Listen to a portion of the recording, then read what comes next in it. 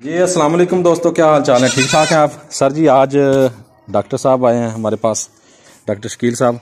और ये हमारा बकरा है, इसके जो है ना मेंगने बंद हुई हैं,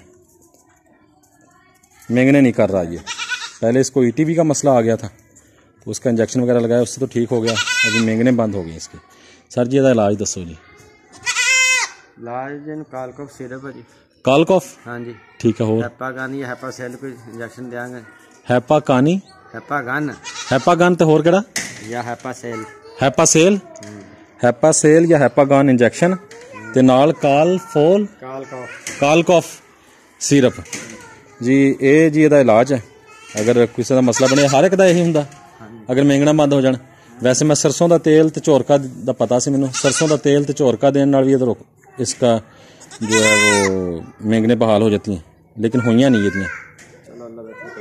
चलो जी, मेहरबानी जी, शुक्रिया, अल्लाह हाफिज़।